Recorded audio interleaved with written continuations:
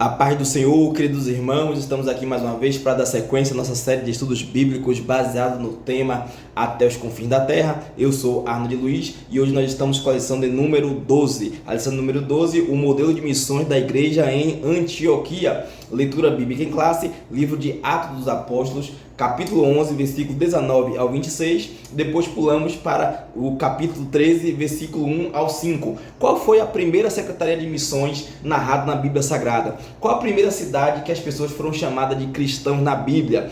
Quais lições aprendemos com as viagens do missionário Paulo? É isso que nós vamos entender nessa videoaula. Aí entra aqui a questão da cidade de Antioquia, né? Mas será que eles foram chamados de cristão lá em Antioquia? Será que lá foi a primeira vez? Se foi, era de forma positiva ou negativa? É isso que vamos entender no decorrer da aula de hoje. Tópico de número 1, a igreja de Antioquia. Natureza e características. Subtópico de número 1, Antioquia da Síria. Existia duas Antioquias. Tem a primeira, que é a Antioquia da Pisídia, e temos a Antioquia da Síria. Essas duas Antioquias, elas são diferentes. E aí a gente vai entender que a Antioquia que nós estamos falando é a Antioquia da Síria. A Antioquia da Síria era o cumprimento de Atos dos Apóstolos, capítulo 1, versículo 1 ao 8, 1:8, que diz o seguinte: mas recebereis poder do alto, e sereis minhas testemunhas, tanto em Jerusalém, quanto na Judéia, quanto em Samaria, até os confins da terra. Então, lá em Antioquia da Síria, era os confins da terra. Por isso que diz o seguinte, né? No versículo que a gente acabou de entender aqui, acabou de ler, diz o seguinte, que mais recebereis poder. Mas antes diz aqui, ficai em Jerusalém, até que do alto recebereis poder, né? Aqui é outra tradução, recebereis poder, e testemunhareis de mim, né? Era de forma literal. Por quê? Porque Antioquia da Síria está na expressão confim da terra. Era uma terra muito longe, literalmente falando, era uma terra muito longínqua de Jerusalém, da Judéia e de Samaria, ou seja, não pertencia a nenhuma circunferência de Jerusalém, já estava em outro lugar, já estava em outra nação, já estava em outro país. E o que tinha de importante na Antioquia da Síria? Qual era a importância dela? Primeira coisa, ela possuía 500 mil de habitantes. Outra coisa, era uma baita cidade, ou seja, o mundo está lá. O mundo, quando falamos aqui, falando do sistema social, falando desse sistema de comércio, de compra, de venda, falamos a questão da política, tudo estava lá em Antioquia da Síria, ou seja, o mundo estava lá, né? Vamos dar um exemplo, né? Nós vemos aí em filmes, nós vemos aí na televisão, nós vemos nos jornais, que onde é que está o mundo, né? Onde está o sistema social, onde é que o sistema impera? Em Nova York. Nós vemos os filmes, nós vemos as séries, nós vemos tudo que se passa na política, sempre fala a respeito de quem? De Nova York, né? Então tudo gira em torno de Nova York, gira em torno dos Estados Unidos, ou seja, Estados Unidos é uma superpotência mundial. Então ali na Antioquia da Síria era como se fosse uma Nova York, onde o mundo estava lá, onde também tem Las Vegas, né? Nós vemos que em Las Vegas tem a Estátua da Liberdade, em Las Vegas tem a Torre Eiffel, em Las Vegas tem as pirâmides lá do Egito, em Las Vegas tem sempre uma cópia de cada local de uma parte do mundo, ou seja, o mundo está ali. Então a ideia aqui é o seguinte, é que como o mundo estava ali, era como se fosse uma Times Square de Nova York. Ou seja, as maiores faculdades estavam ali em Antioquia, estavam também as maiores oportunidades. Então Antioquia tem outra coisa, Antioquia era a terceira maior cidade que existia naquela época. A primeira era Roma, a segunda era Alexandria e a terceira era Antioquia. E a quarta coisa que a gente tem é o seguinte, ela era a segunda maior cidade de adoradores. Por quê? Porque a primeira era Jerusalém. Onde é que está sendo acrescentado novos crentes, novos adoradores? Lá em Antioquia da Síria. Ou seja, lá se tinha acrescentado a adoração e a manifestação do Espírito Santo estava presente na Antioquia da Síria. E aí nós vemos o seguinte, subtópico de número 2 do tópico 1, a igreja em Antioquia. Como é que nasce a igreja? A igreja nasce através da perseguição. Logo depois da morte de Estevão, logo em seguida, a igreja começa a ser perseguida. Aí a igreja começa a sair para vários lugares. E aí os cristãos vão para a cidade de Antioquia da Síria, né? E aí se cumpre o que Jesus disse: ide por todo mundo, pregai o evangelho a toda criatura, né? E aí ensinai e batizai em nome do Pai, do Filho e do Espírito Santo. Outro cumprimento da palavra do Senhor. A primeira foi ficar em Jerusalém até que recebeis poder do alto e sejais minhas testemunhas em Jerusalém, na Judéia, em Samaria e até os confins da terra. Então os discípulos, apóstolos, né, que estavam ali naquele momento, que receberam o poder do alto, que foram cheios do Espírito Santo, que receberam o poder para pregar o evangelho, revestimento de poder, batismo com o Espírito Santo, revestimento de poder para uma missão, para fazer a obra do Senhor, e eles receberam essa missão de pregar o evangelho a toda criatura. E ali se cumpre essa questão. Os confins da terra era lá em Antioquia, né? Chegou lá até os confins da terra o evangelho. E agora outra profecia, da outra palavra que está na Bíblia, a palavra de Deus, ela é imutável, infalível, não há erro, ela é a verdade e ela se cumpre, né? Como Billy Graham dizia, a Bíblia Sagrada é mais atual do que o jornal pela manhã. Ou seja, a Bíblia Sagrada, ela é atual, ela não precisa ser reformada, ela não precisa ser atualizada. A palavra de Deus, ela é a palavra de Deus, ela é absoluta, ela é o nosso guia, o nosso norte, é ela que dá a direção para a nossa vida. Ou seja, lá a gente vai entender isso em outro tópico que eu vou explorar, abordar um pouquinho a respeito sobre da palavra de Deus e sobre alguns ensinamentos de forma clara, prática e bem objetiva. Vamos voltar aqui para esse assunto. Aqui a igreja começa a crescer depois da perseguição dos cristãos, né? Depois da morte de Estevão, a igreja é perseguida, aí os discípulos dos apóstolos começam a ir para vários caminhos e aí acaba acontecendo de que eles estão andando, caminhando e pregando o evangelho, e onde eles param, o evangelho é pregado e a igreja vai crescendo, os cristãos vão para a cidade de Antioquia, a população estava crescendo, era 500 mil de pessoas naquela cidade, o evangelho já tinha ganhado uma grande proeminência, muitas pessoas começaram a entender que o evangelho era a única solução para eles, entenderam que o Cristo era o caminho, que era a verdade, que era a vida. E o que eles decidem fazer? Eles decidem abraçar essa fé, e essa fé é uma fé que move montanhas. Por quê? Porque nós sabemos que ali naquela região havia o quê? Havia a questão de ordem pagã, havia várias religiões, havia vários deuses, várias mitologias, mas eles abraçaram o evangelho. Mais de 500 mil de pessoas abraçaram o evangelho, e o evangelho ganhou prominência, começou a crescer, desenvolver, e essa fé, eles foram movidos por ela. E aí o que acontece? Ali ficou tão cheio de crentes que Atos dos Apóstolos, capítulo 11, versículo 26, eles começaram a ser chamados de quê? De cristãos. Vale salientar aqui, vale a gente entender o seguinte, que naquela época não existia o nome cristão. Por quê? Porque eles eram chamados de messiânicos, ou seja, quando eles olhavam para eles, já ali está ali os messiânicos, está ali os messiânicos que querem imitar o Messias. Então, os seguidores de Cristo eram chamados de messiânicos. O nome de cristão não existia naquela época, eram messiânicos, eram seguidores do Messias, eram pequenos cristos, ou seja, num tom pejorativo, chamá-los assim, naquela época não existia essa ideia de cristão. A ideia do cristianismo, de cristão, de Cristo, acontece o que? É um termo etimológico, ou seja, houve uma mudança, né? Houve a questão da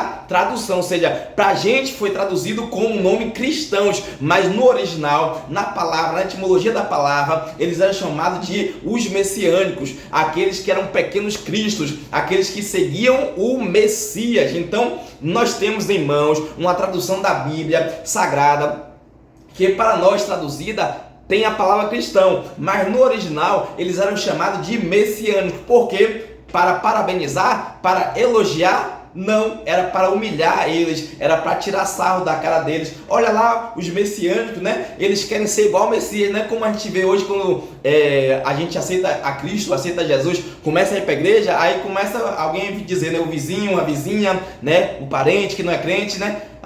Virou crente, agora é crente, e começa a humilhar, começa a fazer sarro, começa a fazer piada. Então era como se tivesse acontecido lá naquele momento, faziam piada dos cristãos. Então olha lá os messiânicos. Então na nossa tradução está escrito cristão. O foco aqui, né, aqui é só para a gente aprender aqui, né, a ideia de a gente aprofundar o texto, a questão da pregação expositiva, né? É uma forma de ensinamento que é você ler o texto, é você contextualizar e você aplicar, ou seja, a gente pega a Bíblia, abre a Bíblia, expõe o texto que está escrito no texto e aí aplica para os nossos dias. É ler, é fazer o que mais? Contextualizar e aplicar. O que tudo isso nos ensina hoje, né? Aqui é mais conhecimento. Mas o foco aqui, né, para a gente entender, não era ser cristão messiânico, mas sim para entender que eles eram chamados assim, de messiânicos, né, de cristãos, para quê? Para zombarem deles, para que aqueles que estavam se convertendo ao Cristo, o Cristo ressurreto, essa igreja, ela cresceu muito rápido, mas a questão aqui é que não tiveram tempo de formar líderes. Por quê? Porque ficava mais ou menos de Jerusalém 400 quilômetros, então aquela igreja não tinha muitos líderes formados, porque ela começou a crescer muito rápido, era 400 quilômetros de distância, era lá nos confins da terra realmente. Subtópico de número 3 do tópico 1, uma obra de leigos. Muitas pessoas irão dizer que aqui é a prova de que devemos e podemos ter líderes sem formação bíblica, sem formação teológica, sem conhecimento. Por quê?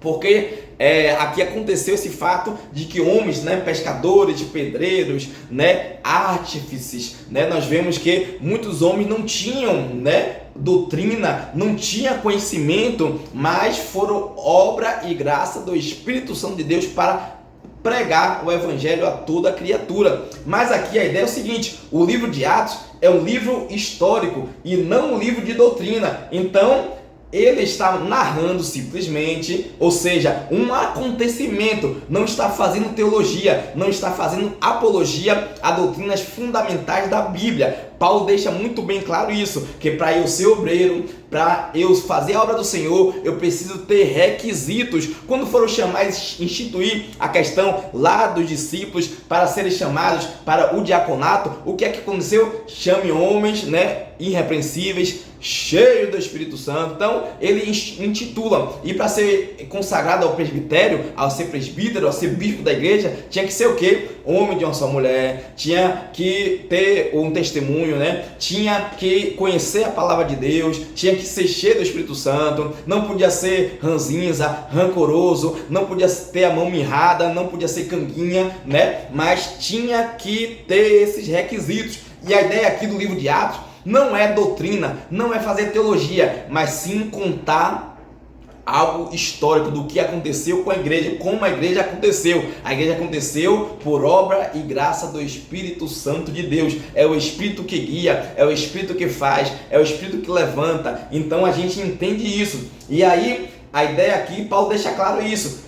A história não é regra de fé. E o que é regra de fé? É a palavra de Deus. A palavra de Deus é regra de fé e prática para a minha vida, para a nossa vida. Então, a ideia aqui é que essa notícia correu 400 quilômetros. Então, quem é que vai para Antioquia? Barnabé. Então, Barnabé ele chega para quê? Para instruir, ajudar aquela igreja que está lá crescendo, que ela está se desenvolvendo, a se estruturar de forma ministerialmente falando. E aí a gente encerra aqui, tópico de número 2, uma igreja missionária em ação. Subtópico 1. Havia alguns profetas e doutores. Precisamos entender duas coisas. Primeira coisa, essa igreja era bíblica. Segunda coisa, essa igreja é guiada pelo Espírito Santo de Deus. Atos dos Apóstolos, capítulo 13, versículo 1. Havia o que? Profetas. E o que é profeta? Profeta não é aquele que revela o futuro, mas é aquele que revela o presente oculto.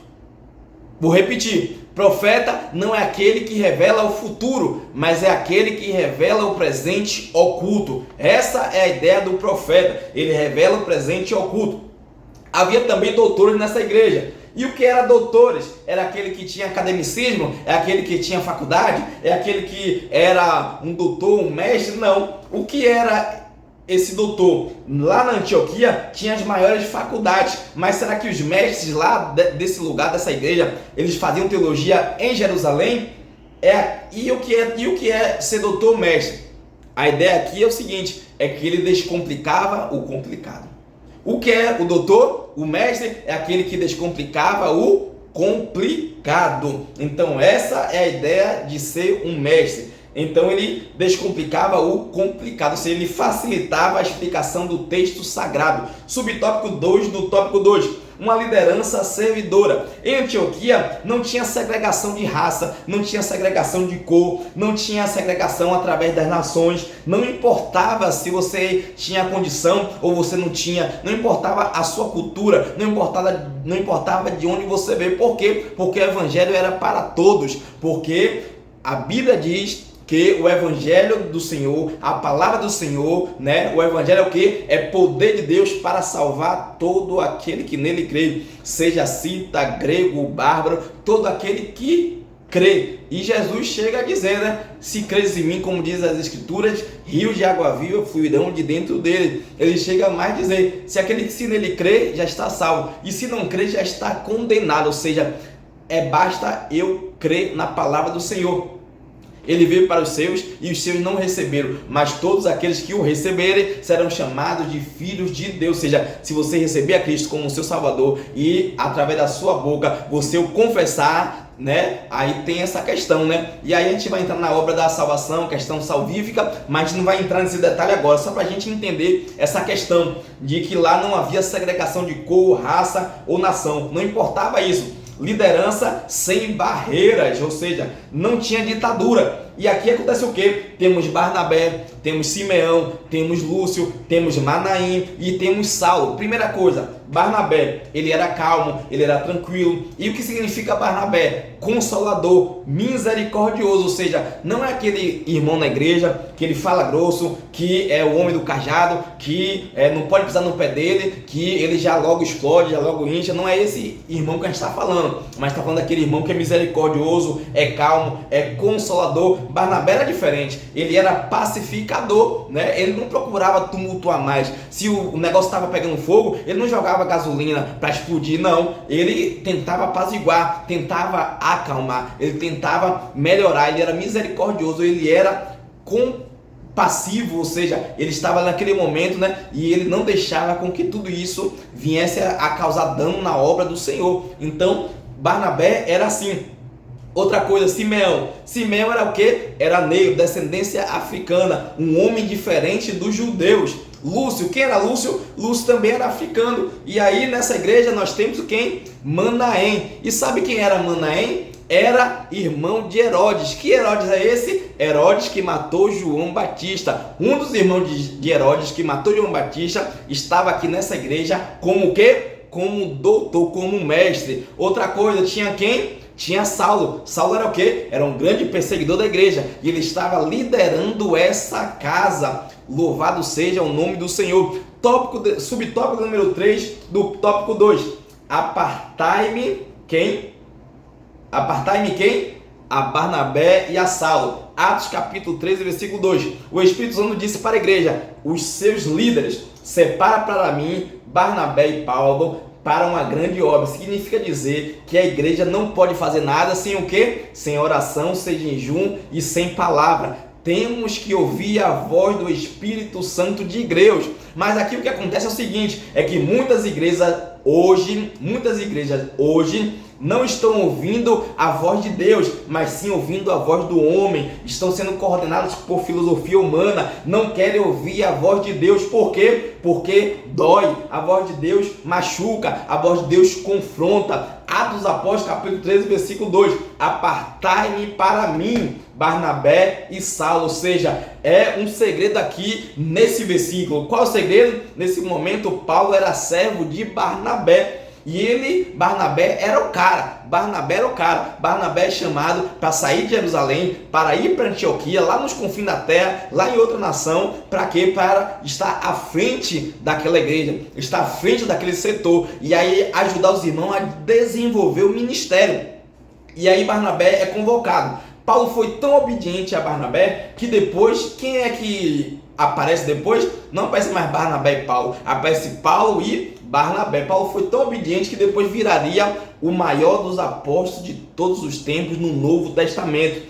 Tópico 3, o serviço de missões. Subtópico 1, o início das missões. Começou aonde? Na cidade de Antioquia da Síria. O primeiro centro missionário da história da humanidade ficava onde? Lá em Antioquia. A igreja estava tão focada, estava enviando missionários, a igreja estava tão focada e crescendo que os missionários que eram enviados, aconteceu o quê? Lá na igreja de Antioquia. E onde é que surge a primeira secretaria de missões? Surge lá em Antioquia. E quem são os primeiros missionários? Barnabé e Paulo. Trazei-me Paulo e Barnabé para uma grande obra. Então eles enviam, através dessa secretaria de missões lá em Antioquia, eles enviam os dois primeiros missionários, Paulo e Barnabé. Subtópico 2 do tópico 3, roteiro da viagem e atividades missionárias. Vamos aprender três lições com as viagens missionárias de Paulo. Eu poderia expor aqui cada cidade que Paulo passou, cada cidade que ele foi e o que ele enfrentou lá, mas eu vou deixar isso para a próxima aula, querendo Deus. Mas vamos lá. Primeira coisa que a gente aprende com as viagens de Paulo: alegria e choro. Toda vez que eu fizer a obra de Deus, terei alegria e choro. Segunda coisa, em uns lugares serei aceito, em outros lugares serei perseguido. Terceira coisa, tem horas que eu vou estar em liberdade e tem horas que eu vou estar aprisionado. Mas existe um Deus que trabalha para aquele que nele espera. E não importa o que me aconteça, o importante é que eu propague o evangelho do Cristo ressurreto. Ou seja, Paulo ele tinha consciência disso. Olha, eu sou Paulo, o apóstolo Paulo, eu sou preso do Senhor, eu estou aprisionado, mas a palavra do Senhor, ela não está presa. A palavra do Senhor, ela vai. Eu posso estar aqui preso, mas alegrai, irmãos, alegrai-vos no Senhor e na força do seu poder. Mais uma vez eu vos digo, alegrai-vos, irmãos, na força do Senhor, na força do seu poder. Alegrai-vos mais uma vez. Ou seja, ele estava alegre porque está preso, mas ele estava preso fisicamente, mas a palavra do Senhor não estava presa, ela tinha que ser propagada. E o apóstolo Paulo entendia isso, e ele diz: para mim o viver é Cristo e o morrer é lucro. Ou seja, ele tinha convicção: eu me gastarei e me deixarei ser gasto em prol do reino de Deus, em prol da obra do Senhor. A palavra de Deus, ela não está presa. Deus quer te usar, Deus quer fazer de você um grande missionário. Não importa onde você esteja, não importa a sua situação, não importa se você está preso ou se você está solto, não importa se você está chorando ou você está alegre, não importa se você está tranquilo ou você está sendo perseguido, se você está sendo aceito ou não está sendo aceito, mas pregue a palavra, pregue em tempo e fora de tempo. O Senhor conta com você. É chegada a última hora, precisamos despertar e pregar o evangelho, porque o evangelho de Deus é o que? Poder para salvar todo aquele que nele crê. Nós temos a bênção, nós temos o privilégio de pregar a palavra do Senhor. Precisamos pregar a palavra do Senhor como ela é. Precisamos entregar o leite racional. Louvado seja o nome do Senhor. Subtópico 3 do tópico 3. Prestando contas. Toda vez que Paulo voltava, ele prestava contas. Dever de todo missionário é o quê? É prestar contas. Quem está a serviço de uma comunidade, de uma igreja, foi enviado para fazer missões, ele precisa prestar contas. O problema é que quando manda um missionário, larga o missionário lá, abandona o coitado, e aí ele precisa recorrer a várias ferramentas para ele sobreviver. Ali na igreja de Antioquia não existia isso, porque Paulo e Barnabé foi enviado, mas a igreja abençoava, a igreja ofertava, a igreja orava, e aí a gente entende que o evangelho ele cresce, desenvolve. Mas quando alguém não ajuda a obra missionária, porque aqui está dizendo o seguinte, que o problema é que a gente envia o missionário e não sustenta, aí ele tem que procurar o governo, ele tem que fazer uma ação social, ele tem que se desenvolver sozinho, e isso é o que? É antibíblico, é desonesto uma comunidade, uma igreja abandonar os missionários, precisamos cuidar dos nossos missionários, precisamos cuidar no meio do percurso. É antibíblico abandonar os missionários. Os obstáculos virão, eles serão inevitáveis, mas o que eu posso fazer? Eu preciso fazer a obra do Senhor, custe o que custar. Tem obstáculos que eu crio e outros obstáculos que é por causa da obra de Deus. E eu preciso orar ao Senhor para quê? Porque o Senhor é dono do ouro e da prata, o Senhor tem todo o poder nas mãos, o Senhor pode fazer o que eu não posso fazer, né? Então, às vezes, é pela nossa insensibilidade que algumas coisas acontecem. Às vezes é por falta de paciência, às vezes é porque nós falamos alguma coisa que não deveríamos falar, aí culpamos a igreja, culpamos o pastor, culpamos o diabo, culpamos os outros por sofrer perseguições, e às vezes é pela minha insensibilidade. Muitas coisas que nós passamos não é prova, mas sim é consequência. Então precisamos entender que obstáculo vai ter, luta vai ter, mas o Deus que permitiu você estar na luta, Ele permite também você estar com Ele, e Ele disse: eis que estou convosco todos os dias até a consumação dos séculos. Ou seja, os obstáculos eles vão acontecer. Esse obstáculo eu tenho que saber se é porque eu estou acobertando alguma coisa, se eu estou fazendo alguma coisa errada, ou porque eu estou fazendo a obra de Deus. Que Deus abençoe a todos. Até semana que vem. A paz do Senhor.